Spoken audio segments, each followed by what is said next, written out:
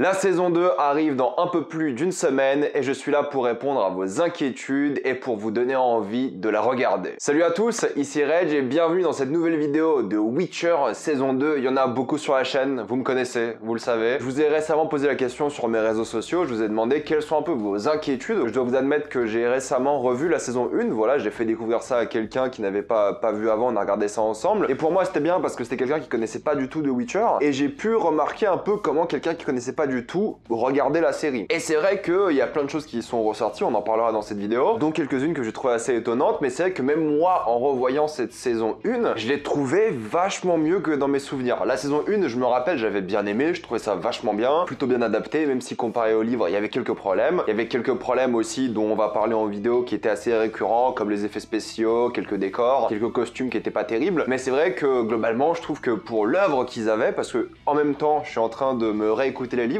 alors j'ai lu les livres il y a une dizaine d'années, mais là je suis en train de me les réécouter. J'ai écouté les 3 premiers livres avant la sortie de la saison 1, et là j'ai réécouté Le Temps du Mépris, et c'est vrai qu'en fait, je trouve qu'ils ont fait un bon travail. Mais encore une fois, pour les gens qui n'avaient pas lu les livres, ça peut faire un peu beaucoup d'un coup, et c'est ce que j'ai remarqué avec cette personne qui n'avait pas du tout connu de Witcher avant. Mais avant, alors c'est pas du tout un truc promo, mais en fait, il y a Bragellon qui m'a envoyé le Codex du Sorceleur. Alors Bragellon, c'est pour moi les meilleurs éditeurs des livres de Witcher en France. De temps en temps, ils m'envoient quelques-uns de leurs bouquins, voilà, de l'univers de The Witcher. Ils m'ont rien demandé en échange, mais vraiment, je trouve que c'est d'une qualité tellement incroyable. Vous avez, là, c'est un codex, donc vous avez genre tous les personnages, vous avez toutes les créatures des livres, hein, pas des jeux vidéo, pour le coup, des livres. Là, on a Yennefer, par exemple. Bref, c'est super bien illustré, c'est super bien décrit. Je l'ai vraiment gobé, ce livre, en je sais pas combien de minutes, j'étais à fond dedans. Ça parle des créatures, il y a des trolls, des trucs et tout, c'est super bien. Et ils font plein de trucs illustrés par rapport à The Witcher avec des super designs. Là, ça peut paraître assez bateau parce que juste à chaque fois genre un design d'un personnage ou d'une créature, mais ils ont plusieurs bouquins où c'est vraiment toute l'histoire d'un chapitre racontée en dessin et ils sont géniaux. Et pour le coup, je vous fais gagner celui-ci sur mes réseaux sociaux, voilà, cet exemplaire du codex. Et en plus, pour les fans de votre entourage de The Witcher, c'est un très beau cadeau de Noël. Encore une fois, c'est pas sponsorisé, ils m'ont pas du tout demandé de faire ça, vous savez que je le dis toujours quand c'est sponsorisé, mais j'aime tellement The Witcher que je leur fais vraiment de la promo gratuite. C'est peut-être un peu bête de ma part, mais voilà, quand on aime, on partage. Je vous mettrai le lien dans la description et vous pouvez aussi le gagner sur mes réseaux. Première raison d'avoir hâte, c'est que cette saison 2 sera donc non pas uniquement adaptée des 2 premiers livres de Witcher. Oui, d'ailleurs, c'est les éditions Bragellon que j'affiche là, elles sont plutôt cool, je trouve le design génial. La première saison était adaptée grosso modo des 2 premiers bouquins qui sont pas une histoire linéaire. Les 2 premiers bouquins sont à chaque fois des histoires courtes avec les personnages qu'on connaît. Donc c'est une sorte de moment d'introduction à cet univers. Et là, la saison 2 sera le 3e tome, donc le sang des elfes, et un peu du 4e, le temps du mépris. Et au fait, vu que avant c'était des histoires courtes, qu'il n'y avait pas trop de chronologie, il y avait un problème que beaucoup de personnes avaient avec la saison 1, c'est qu'ils comprenaient pas la temporalité de la saison. Au fait, oui, dès le premier épisode, je me rappelle très bien, on a l'histoire d'un côté de Geralt et de Ciri, et au fait, entre ces 2 histoires-là, il y a, je crois, une vingtaine, trentaine d'années d'écart. Sauf que si tu fais pas vraiment attention au dialogue, et je l'ai revu cet épisode 1 il y a pas longtemps, au fait, il y a une phrase dans cet épisode 1 qui explique que c'est pas la même temporalité. Mais le problème de ça, c'est que si vous n'avez pas lu les livres, pas écouté précisément ce qu'ils disent, ils prononcent 2 fois le même mot, mais à différentes époques. En gros, Ciri parle, elle parle à sa grand-mère, elle lui dit « Ah, toi, quand t'avais mon âge, tu te battais à je sais plus quel endroit. » Mais moi, je me rappelle plus pour vous dire, alors que j'ai vu il y a quelques jours. Et Renfri, dans le même épisode, dit à Geralt « Oui, t'as pas entendu que la grand-mère de Ciri, donc Calante, a récemment gagné je ne sais où. » Donc tu sais qu'il y a un petit écart, mais si tu fais pas attention à cette petite phrase, t'es complètement largué sur la chronologie. Et en fait, tout le long de la série, jusqu'au 4e épisode, je crois à peu près, il y a des moments comme ça. À chaque fois, il y a une phrase qui fait référence à ça, il y a des moments qui font référence à ça, donc c'est un peu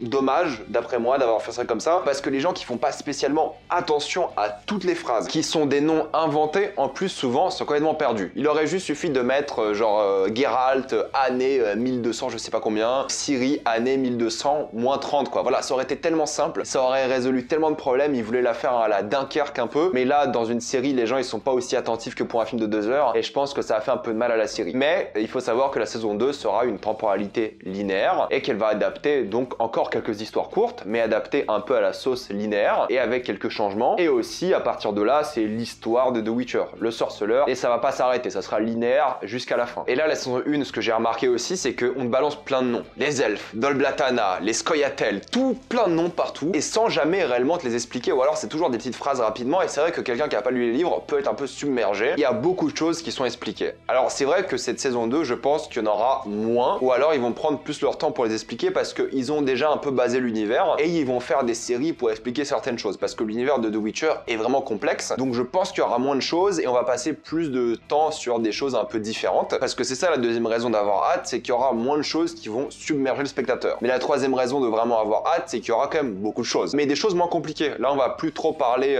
de choses qu'on connaît pas trop. Alors oui, on va découvrir les sorceleurs à Kaer Morhen, là où ils s'entraînent. On va découvrir comment marche l'espionnage, les différents royaumes, mais c'est pas trop compliqué. En tout cas dans le livre, c'était pas très compliqué. Il y a certains moments, il faudra juste pas avoir envie de tout savoir parce que je pense que voilà, dans les livres, il y a une sorte de réunion de tous les royaumes, une sorte de meeting entre tous les rois et je pense que là ça va bombarder d'informations. Je vous dis pas quel genre d'informations parce que ça serait vous spoiler, mais ça va bombarder d'infos et là je pense qu'il faudra juste accepter le fait qu'on peut pas tout savoir. Il y a une carte en ligne pour ceux qui sont curieux de la carte du continent et des choses comme ça, mais il faut aussi accepter que c'est un monde riche, il y aura des noms, des royaumes, des villages, des villes qui vont être cités et des fois c'est juste pas important de tout savoir. Même dans les livres, des fois ils citent des noms, tu t'en fous au fait. Si ça n'a pas d'importance dans l'histoire, c'est pas grave. Mais c'est vrai qu'il faut doser. On prend une série comme Game of Thrones, c'était compliqué pendant quelques épisodes. Après ça allait. Là, faut que ce soit aussi pas trop compliqué, j'ai envie de dire. Il y a une différence entre tabasser les spectateurs de plein de noms qu'ils connaissent pas et des noms inventés et uniquement dire les noms qui sont vraiment utiles à l'histoire. Donc je pense qu'il y aura moins de choses, mais c'est vrai qu'il y aura quand même beaucoup de nouvelles choses aussi. Mais du moment qu'elles sont mieux expliquées et qu'ils prennent leur temps, il y aura normalement aucun problème. Il y aura encore des monstres, ça va parler d'héritage, de terrorisme, de plein de choses super cool, vous allez voir. Cool pour une série, on est d'accord, hein. Ça sera une histoire vraiment complexe et espérons-le moins manichéenne parce que dans la saison 1, c'est vrai que certaines choses comme Nilfgaard, c'était vraiment les méchants. Mais en fait, dans les livres, c'est plus compliqué que ça. Mais j'ai l'impression qu'ils l'ont vraiment compris aussi et j'ai hâte de voir ça. Personnellement, j'ai toujours un peu peur des changements par rapport au livre. Pour la première saison, ils avaient quand même oublié pas mal de trucs. Enfin, pas oublié, mais ils avaient décidé de pas parler de certaines choses. Là, on peut se poser des questions, voilà, sur le Leshen, par exemple. Le Leshen qui n'existe pas dans les livres, qui est une créature des jeux vidéo. L'âge de Ciri et aussi l'importance de Ciri dans le récit. Parce que Ciri sera dans des histoires courtes dans lesquelles elle n'est pas présente dans les livres. Comment est-ce qu'ils vont adapter ça? Cahir, il y a eu de gros changements par rapport au livre. Comment est-ce qu'ils vont adapter Cahir?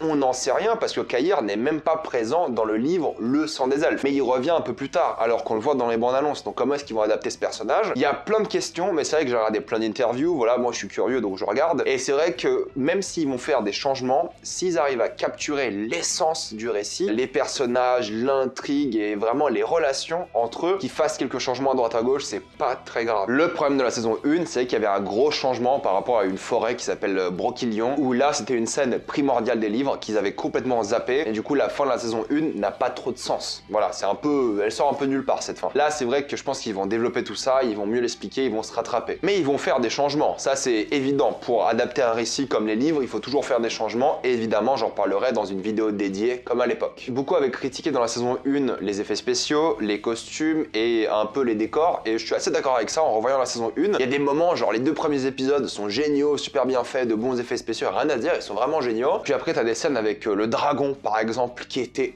horriblement fait, vraiment pas beau du tout. Là j'ai revu sur ma nouvelle télé 4K OLED et tout, je fais ah c'est pas terrible. La saison 1 je l'avais vu à l'époque sur ordinateur portable, ça allait, mais alors là sur la télé c'est pas ouf. Et c'est vrai que les effets spéciaux et les costumes de Nilfgaard, les costumes, je suis désolé en pot de couille, il faut le dire, c'est le mot, ils ont été changés, voilà, il y a une vraie évolution. On a vu des photos des costumes de plein de personnages et tout, ça a évolué, ça c'est sûr. Et les décors, vu les bandes annonces et tout, ils ont l'air d'avoir géré ça, ils ont l'air d'avoir vraiment mis plus d'argent dedans. Ils ont déjà prévu une saison 3, ça a été confirmé, c'est sûr. Donc niveau budget, je pense qu'ils se sont vraiment bien rattrapés. Et juste en regardant les bandes annonces, les créatures, les effets spéciaux, ça a l'air. Beaucoup avaient critiqué, à juste titre, et moi aussi un peu, les scènes d'action. La première scène d'action, vous en rappelez, il est génial avec le combat contre Renfri et tout, il est trop bien. Et c'est vrai qu'après les autres scènes d'action, t'as l'impression qu'ils avaient manqué de temps, ils n'avaient pas eu le temps de faire des chorégraphies, et c'est ce qui s'est passé, c'est la vérité. Ils l'ont avoué, ils ont dit, bah voilà, on a fait un combat qui était génial dans le premier épisode pour attirer du monde, ils l'ont dit, hein. Et c'est vrai qu'ensuite on n'a pas eu le temps, pas le budget. Là, dans les bandes annonces, on a d'après moi uniquement vu les 3 premiers épisodes. Il y en a 8. J'espère qu'ils ont pas montré juste les scènes super cool, parce que d'habitude les 2-3 premiers épisodes de Netflix, ils sont toujours genre ultra bien, parce qu'il faut surprendre le spectateur, faut mettre tout le budget dedans, et après le budget tu vois qui diminue, et peut-être il revient un peu à la fin. Et là c'est vrai qu'on a vu que les 3 premiers épisodes d'après moi, enfin d'après ce que j'ai analysé de bande annonce, mais de ce que j'ai vu, de ce qu'on a vu, ça a l'air beaucoup mieux fait. Les scènes d'action contre les monstres, les scènes d'action contre les humains, ça a l'air beaucoup mieux fait, il y a plus de pognon, ils ont mis plus de temps, même s'il y avait le Covid, tout ça, c'est une série qui a tourné pendant longtemps, donc vraiment là je pense qu'ils se sont beaucoup plus investis et ils vont faire de plus grandes scènes d'action. Et pour ceux qui aiment pas forcément les scènes d'action, ne vous inquiétez pas, il y aura du complotisme, il y aura de l'espionnage, il y aura de la politique, il y aura plein de trucs super intéressants. Et pour passer à la nouvelle chose qui inquiète, mais aussi pour laquelle vous devez avoir hâte, c'est qu'il faut qu'ils réussissent la relation Geralt, Ciri et Yennefer. Ça paraît bête comme ça, mais c'est le cœur du récit, c'est le cœur de toute cette histoire, et le destin de ces trois personnages-là s'entrelie constamment. Donc voir comment ces personnages-là vont être développés serait intéressant, et rater ça serait une bêtise. Mais encore une fois, en regardant un peu tous les scénaristes et les créateurs, les acteurs, tu vois qu'ils ont compris. Tu vois qu'ils ont compris le récit et tu vois qu'ils vont bien l'adapter. Moi, je leur fais confiance. La manière dont ils parlent de l'œuvre et tout, ils l'ont capté. Il y a pas de souci. Beaucoup ont peur qu'il y ait plein de saisons de The Witcher et des choses comme ça. Je pense pas, parce que de une, ils ont bien dit que ça va s'arrêter là où les livres s'arrêtent. Donc là, la saison 3, ils vont adapter le 3e livre et un peu du 4e. Après, il en reste assez pour faire maximum 6 saisons. Ça dépend comment ils adaptent, hein, mais voilà, s'ils arrivent à 6 saisons déjà, moi, si j'arrive à voir l'histoire de Geralt s'achever sur Netflix, ça serait incroyable pour moi. Il y a plein de choses qui rentrent en compte, le budget, le salaire des acteurs, il y a plein de choses. Il y a déjà une saison 3 qui va se concentrer, on pense, sur le temps du mépris, et encore une fois, un peu plus que le temps du mépris. Et ensuite, il n'y a plus grand chose à raconter, quoi. Il n'y a pas beaucoup de livres, voilà, maximum 6, 7 saisons grand maximum. Mais vous inquiétez pas, parce que ça ne sera pas des saisons à rallonge. L'histoire va avancer, l'histoire aura du sens. Voilà, du moment que la qualité est présente, l'histoire sera présente aussi. Ça sera adapté des bouquins. Ils vont pas inventer des trucs, c'est pas le but. Et ils l'ont dit, on veut juste adapter le bouquin, on va pas se concentrer sur les jeux vidéo ni rien. Peut-être ils feront un film, quelque chose comme ça, mais bon, pour l'instant, tout ce qu'on sait, c'est qu'il y a des séries spin-off, d'accord, qui sont pas adaptées des livres, qui justement vont présenter cet univers. Il y a le film animé qui est sorti il y a pas longtemps aussi. Donc ne vous inquiétez pas, il y aura, j'espère d'après moi, pas trop de saisons, mais suffisamment de saisons pour raconter toute l'histoire des livres. La musique aussi, je pense qu'on peut s'attendre à quelque chose d'assez excellent, encore une fois. La saison 1 était géniale avec les différentes chansons, Toss a Coin to a Witcher et plein de trucs comme ça. Et la musique, de manière générale, a été l'une des plus grandes forces de la saison, et les compositeurs sont de retour. Ils vont, encore une fois, faire des choses incroyables, et tu l'entends un peu dans les musiques qui sont déjà disponibles sur internet. Il n'y a aucune crainte sur ça, et je pense que c'est là que va commencer le récit épique, et c'est la dernière raison d'avoir hâte. Cette 10e raison, c'est qu'en fait, c'est là que tout commence. Les histoires courtes, au final, c'était une introduction. C'était le début de quelque chose. Voilà, c'est pour présenter l'univers, les personnages et tout. Mais l'histoire, l'intrigue principale commence là. La saison 1, c'est la fin du 2e livre. Et c'est là que les histoires courtes s'achèvent et c'est là que ça commence. C'est là que le côté épique rentre en jeu. Je vous dis pas qu'il y aura de grandes batailles. C'est pas le but non plus de The Witcher. C'est une histoire plus intime que des grandes batailles. Mais c'est vrai que là, on va commencer et ça va y aller à 200 à l'heure. Il y aura plein de trucs qui vont être super intéressants à droite à gauche. Comme je vous l'ai dit, un mélange de tout ce qu'on aime dans un univers de dark fantasy, des monstres, de la politique, des histoires glauques, de la violence, des trucs vraiment horribles. Il y aura des retournements de situation, il y aura des relations qui vont être mises en péril dans cette histoire. Cette saison 2, honnêtement, j'ai hâte et je pense que vous devriez avoir hâte aussi. Moi, je leur fais confiance pour le coup. Je trouve qu'ils avaient fait un bon travail et là, je pense qu'ils vont faire encore mieux et je pense que cette saison 2 sera bien meilleure. Mettez-moi dans les commentaires de quoi avez-vous peur pour cette saison 2 ou alors qu'est-ce qui vous donne le plus hâte de la voir. Tout ça dans les commentaires. Évidemment, nous, on fera la critique, les différences avec les livres, ce que j'attends pour améliorer la saison 3. On va en parler énormément, vous connaissez, c'est sûr. Comme d'habitude, pensez à vous abonner à la chaîne pour plus de vidéos. Mettez un j'aime et partagez cette vidéo, ça aide beaucoup la chaîne. Si vous voulez soutenir la chaîne, pensez à devenir membre soutien sur YouTube. Suivez-moi sur tous mes réseaux et moi je vous dis à la prochaine fois. Salut à tous.